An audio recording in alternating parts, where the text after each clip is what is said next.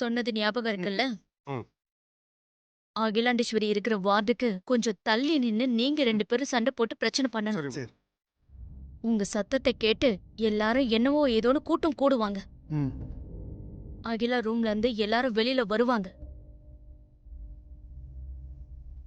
அந்த நேரத்துல நான் உள்ள போய் அகிலாவோட கதைய முடிச்சிடுறேன். Okay madam. ஓகேவா? கிளம்புங்க. சரி மேடம். Okay madam.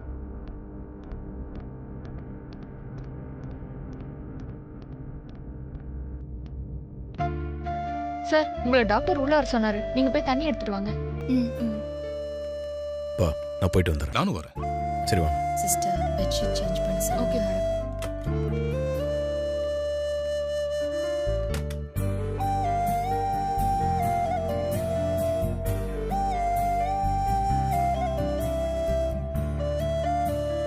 சாப்பிடுங்க மேடம்.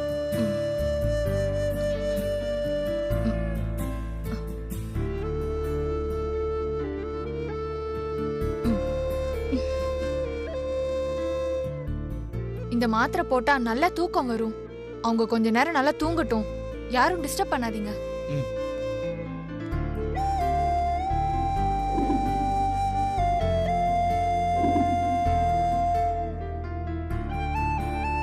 ஏய் அடிச்ச பாத்தியாடா? நான் அடிச்ச பாத்தியா? ஏய் நீ எங்கடா பாத்த? போடா. ஏய் நீ வாட்ல பைக் எடுத்து போய் நீ வாட்ல வந்து விட்டுடா நானே. ஹாஸ்பிடல் வெளியில ஏதோ சத்தம் கேக்குற மாதிரி இருக்கு. என்னன்னு பாரு. Okay aunty. போங்கடா வெளிய. இந்த பாரு மரியாதை கிடையாது. கையை கட்டி பிடிச்சு போயிரல. நீ போ. என்னாச்சு? ஆண்டி ஏதோ ஒரு பிரச்சனை போல. அதான் வெளியில சண்டை போட்டுட்டு இருக்காங்க. சண்டையா? வா என்னன்னு பார்க்கலாம். அவ்வளவுதான் சொல்லிட்டேன். ஏய் கைய விடுறா. போலீஸ் இன்னும் சத்தம் கேட்டுட்டு தான் இருக்கு. ஆனா என்ன பிரச்சனைன்னு தெரியல. சரி நான் போய் என்னன்னு பார்த்துட்டு வரேன். பிரச்சனை இல்ல உனக்கு. இருந்து கையறா. ஏய் நீ போய். பார்வதி நான் கேண்டீன் போயிட்டு வரேன். உனக்கு ஏதாவது வேணுமா? இல்ல எனக்கு எதுவும் வேண்டாம். நீங்க போயிட்டு வாங்க. சரி. சொல்லிட்டா என்ன பத்தி தெரியாது. ஏய் உன பத்தி எல்லாம் தெரியும். அனுப்புங்க வாடா. போடா நீ போடா. ஏய் போடவே இல்ல சார். நான் போய் சொல்றேன் சார்.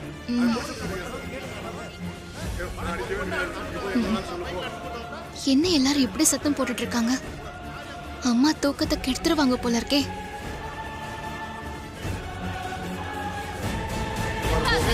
போடா நரம்பு போடா. நீ போடா.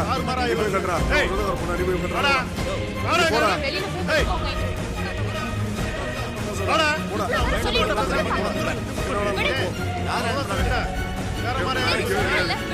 சொல்லு போ. ஏய் அதான் கடை நான் அடிக்க வேண்டாம். போடா. போலீஸ் கவர்மெண்ட் அடிச்சு போட்டாங்க. ஏய் நான் தான் பார்த்தேன்.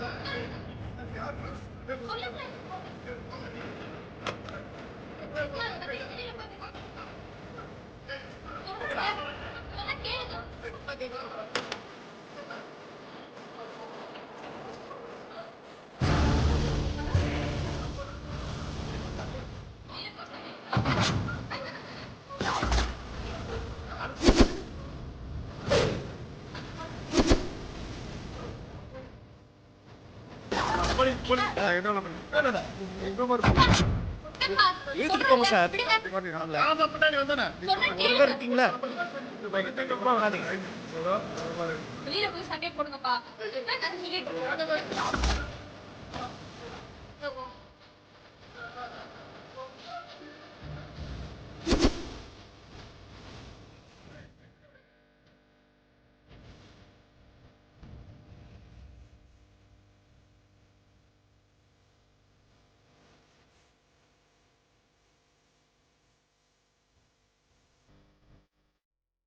ஒவ்வொரு தடவையும் நீ என்கிட்ட இருந்து தப்பிச்சுக்கிட்டே இருக்க.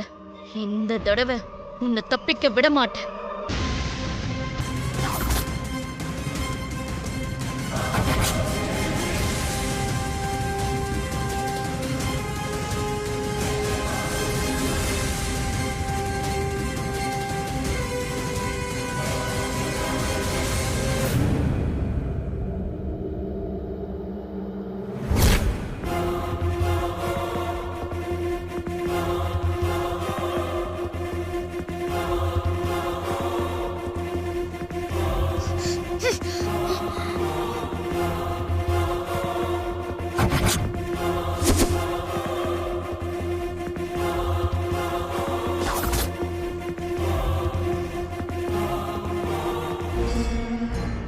நான் சந்தேகப்பட்டது சரியா போச்சு.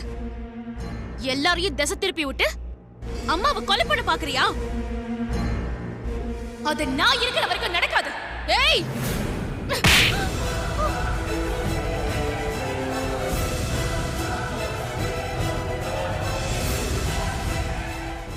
என்ன நீ குரலை ஏத்தினா நான் பயந்துருவேன் நினைச்சியா?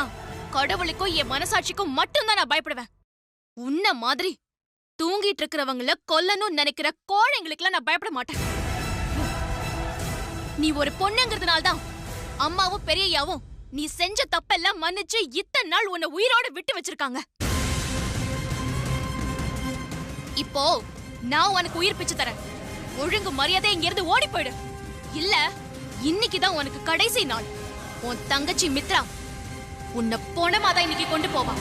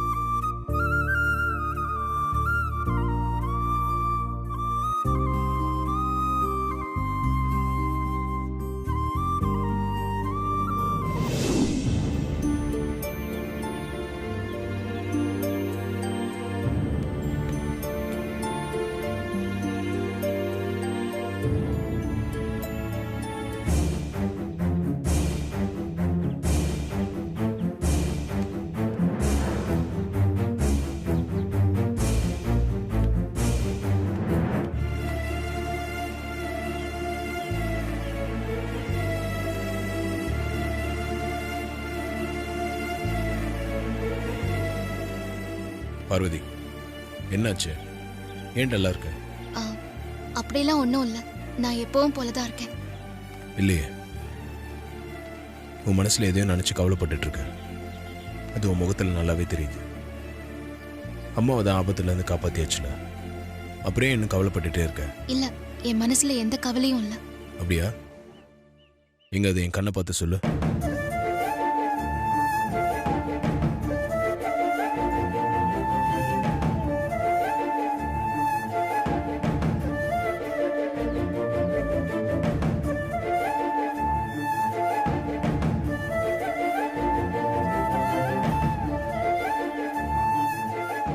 உன் மனசுல எந்த கவலையும் இல்லைன்னு என் கண்ணை பார்த்து சொல்லு. அம்மாவுக்கு ஜூஸ் கொடுக்கணும், நான் வரேன். பார்வதி சார், மேடம் ஆக்சிடென்ட் விஷயமா போலீஸ் ஸ்டேஷன் போகணும் சார். போலாமா சார்? நீங்க போங்க, நான் வரேன்.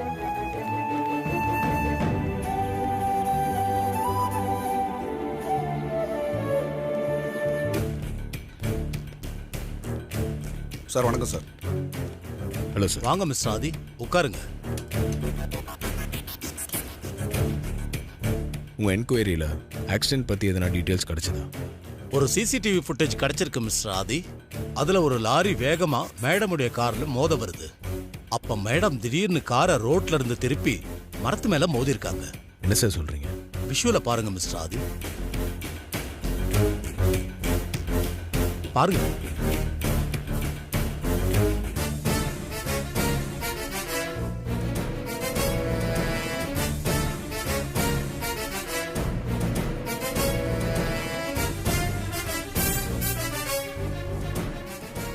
நல்ல வேலை, கார் மரத்துல மோதினதுனால மேடம் தப்பிச்சிட்டாங்க. லாரி மோதிருந்தா அவங்க உயிர் பிழைக்க வாய்ப்பே இருந்திருக்காது. அந்த லாரி பத்தி உங்களுக்கு எதனா டீடைல்ஸ் கிடைச்சதா? லாரி நம்பரை சர்ச் பண்ணி பார்த்தேன். அது போலி நம்பர் சார். லாரி டிரைவரோட விஷுவல் இருக்கு, எப்படியும் கண்டுபிடிச்சிடலாம். இது கண்டிப்பா நந்தினியோட வேலையா தான் இருக்கும். இந்த ஆக்சிடென்ட்டுக்கு ஒரு வகையில நானும் ஒரு காரணம் தான் இன்ஸ்பெக்டர். பையர்ஸ் மீட்டிங்காக மேடம் ஆஃபீஸ்க்கு வந்துட்டு இருக்கும்போது அவங்க கிட்ட இருந்த ஃபைல்ல இருந்து டீட்டெயில் கேட்டு நான் கால் பண்ணியிருந்தேன். ஃபைல் பார்த்து என்கிட்ட ஃபோனில் பேசிட்டு வந்ததால தான் மேடம்க்கு ஆக்சிடென்ட் ஆயிருக்கு. மிஸ்டர் ஆதி, நான் உங்ககிட்ட கொஞ்சம் தனியா பேசணும். சார், நான் வெளியே வெயிட் பண்றேன் சார். சொல்லுங்க இன்ஸ்பெக்டர், என்ன பேசணும்? ஆக்சிடென்ட் நடந்த மேடம் கார்ல டிரைவர் சீட்டு அடியில இருந்து எனக்கு ஒரு பேப்பர் கிடைச்சது.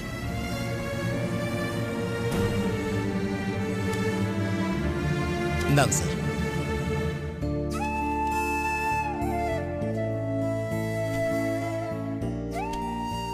இது உங்களுடைய பர்சனல் விஷயங்கிறதுனால இத பத்தி நான் வெளியில யாருக்கிட்டயும் சொல்லல.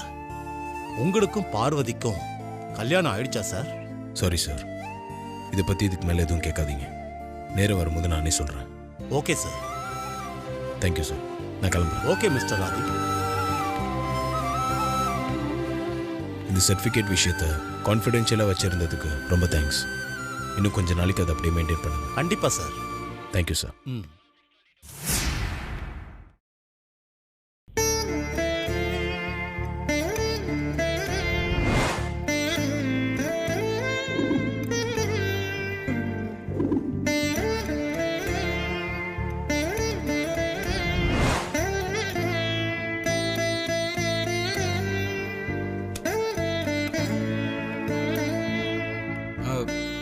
ப்ரோ, நீ சொன்ன மாதிரியே நான் வந்து ஃபாலோ பண்ணனா. ப்ரோ, இந்த சர்டிஃபிகேட் உனக்கு எப்படி கிடைச்சது? அம்மாவோட கார் ஆக்சிடென்ட் ஆச்சுல்ல, அங்கே சீட்டு கீழே இருந்துச்சுன்னு இன்ஸ்பெக்டர் கொடுத்தாரு. அப்போ நான் நினச்சது சரியா போச்சு ப்ரோ. அம்மா உங்கள் கல்யாண சர்டிஃபிகேட் பார்த்ததுனால தான் கார் ஆக்சிடென்ட் ஆயிருக்கு ப்ரோ. இல்லைடா, அம்மா கல்யாண சர்டிஃபிகேட்டை பார்க்கவே இல்லை. அதை நான் கன்ஃபார்மாக சொல்லுவேன். எப்படி ப்ரோ நீ அவ்வளோ கன்ஃபார்மாக சொல்கிற? அம்மா இந்த சர்டிஃபிகேட்டை மட்டும் பார்த்துருந்தா அவங்க கண்ணு முழிச்சு பார்த்த உடனே முதல்ல இதை பற்றி தான் கேட்டிருப்பாங்க.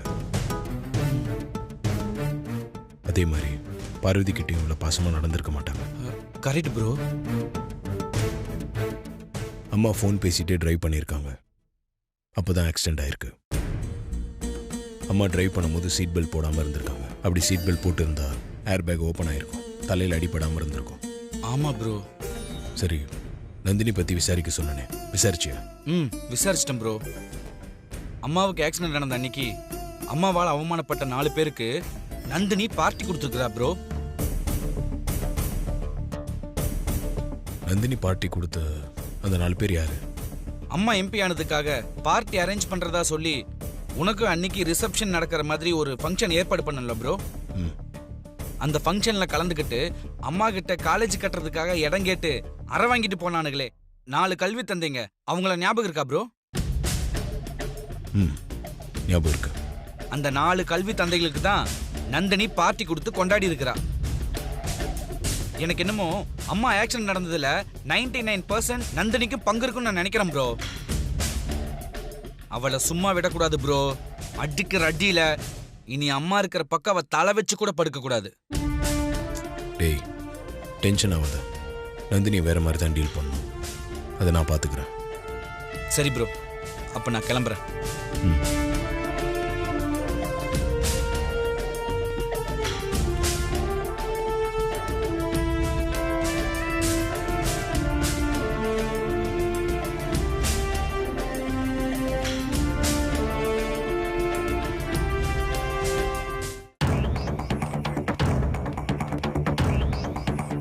பார்வதி, என்னாச்சு உனக்கு? நான் ஊர்லேருந்து வந்ததுலேருந்து உன்னை கவனிச்சுட்டு தான் இருக்கேன். உங்ககிட்ட பேச வரும்போதெல்லாம் வேலைக்கு போயிட்டே இருக்கேன். அம்மாவுக்கு மாத்திரை கொடுக்கணும், நான் வரேன். பார்வதி, அம்மாவுக்கு மாத்திரை கொடுக்கணும்னு சொல்லி ஏமாத்திட்டு போவாத. நீ மனசுக்குள்ள எதையும் நினச்சிக்கிட்டு என்கிட்ட பேசாம வேலைக்கு போனா என்ன அர்த்தம்? பதில் சொல்லு. என் மேல உனக்கு வருத்தமா இல்லை கோவமா? ஏன் இப்படி நடந்துக்கிற? உங்க மேல எனக்கு எந்த வருத்தமும் இல்ல, கோவமும் இல்ல. எல்லாம் நான் செஞ்ச பாவம். என்னாச்சு உனக்கு? ஏன் இப்படி எல்லாம் பேசிட்டு இருக்க? நான் தப்பு பண்ணிட்டேன் மாமா. மன்னிக்க முடியாத தப்பு பண்ணிட்டேன். நீ ஏதோ குழப்பத்துல இருக்க. முதல்ல என்ன நடந்துச்சுன்னு அழாம சொல்லு. அம்மாவுக்கு ஆக்சிடென்ட் நடக்க நான் தான் காரணம். என்ன சொல்ற? அம்மாக்கு ஆக்சிடென்ட் நடந்ததுக்கும் உனக்கும் என்ன சம்பந்தம் இருக்கு? நீ எப்படி காரணமாவ? நம்ம கல்யாண சர்டிபிகேட் அம்மா கண்ணில் பட்டுடக்கூடாது. ஏதாவது செஞ்சு எப்படியாவது காப்பாத்தணும்னு நான் சாமி கிட்ட வேண்டிக்கிட்டேன். அதனால்தான் அம்மாவுக்கு ஆக்சிடென்ட் ஆயிடுச்சு. நீ வேண்டிக்கிட்டதுக்கும் அம்மாக்கு ஆக்சிடென்ட் ஆனதுக்கும் எந்த சம்பந்தமும் இல்ல. சும்மா மனசை போட்டு குழப்பிக்காத. இல்ல, சம்பந்தம் இருக்கு. ஆக்சிடென்ட் நடக்கிறதுக்கு முன்னாடி என்ன நடந்துச்சுன்னு தெரிஞ்சா நீங்க இப்படி சொல்ல மாட்டீங்க. என்ன நடந்துச்சுன்னு அருண் எல்லாத்தையும் என்கிட்ட சொல்லிட்டான். அதனால தான் சொல்றேன்.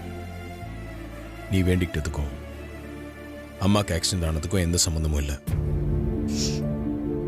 நீங்க என்ன சமாதானப்படுத்துறதுக்காக தான் இப்படி சொல்றீங்க. ஆனா நடந்த சம்பவத்துக்கு நான் தான் காரணம்னு ஒவ்வொரு நிமிஷமும் குற்ற உணர்ச்சியில தவிச்சிட்டு இருக்கேன். இத்தனை நாள நம்ம காதலுக்கும் கல்யாணத்துக்கும் அம்மா எப்படியாவது சம்மதம் கொடுத்துட மாட்டாங்களான்னு ஏங்கிட்டு இருந்தேன். ஆனா இந்த சம்பவத்துக்கு அப்புறம் அம்மாவோட உயிரை பணைய வச்சுதான் அம்மாவோட சம்மதத்தை வாங்கணும் போல இருக்கு. அம்மாவோட உயிரை பணைய வைக்கிற காதலும் கல்யாணமும் நமக்கு வேண்டாம் மாமா. எனக்கு அம்மா முக்கியம். நீங்களும் அப்படிதான் நினைப்பீங்க, நினைக்கணும். அதனாலதான் அம்மாவுக்கு ஆபரேஷன் முடிஞ்சதும் கோவிலுக்கு போய் சாமி கிட்ட அம்மா நல்லபடியா கண் முழிச்சா எனக்கு தாலி கட்டினவர அம்மாவுக்காக விட்டு கொடுத்துடுறேன்னு வேண்டிக்கிட்ட. அப்பதான் நீங்க அம்மா கண் முழிச்சிட்டாங்கன்னு போன் பண்ணீங்க. அதனால பிரிஞ்சிடலாம் மாமா. ஏய், உனக்கு என்ன பைத்தியமா? எப்ப பார்த்தாலும் பிரிஞ்சிடலாம் சொல்லிட்டே இருக்க. உனக்கு எத்தனை வாட்டி சொல்லியிருக்கேன் நெகட்டிவா யோசிக்காதன்னு? உன் புத்தி ஏன் இப்படி போகுது? அழாத. சாரி, நீ அப்படி பேசினால தான் நான் கோவப்பட்டேன். அம்மாவுக்கு எதுவும் ஆயிடக்கூடாது, அதனால தான் அப்படி சொன்னேன். அம்மா மேல இருக்க பாசத்தால தான் நீ இப்படி குழம்பி போய் முடிவு எடுக்கிற. நீ வேண்டிக்கிட்டதுனால தான் அம்மாவுக்கு ஆக்சிடென்ட் ஆகல.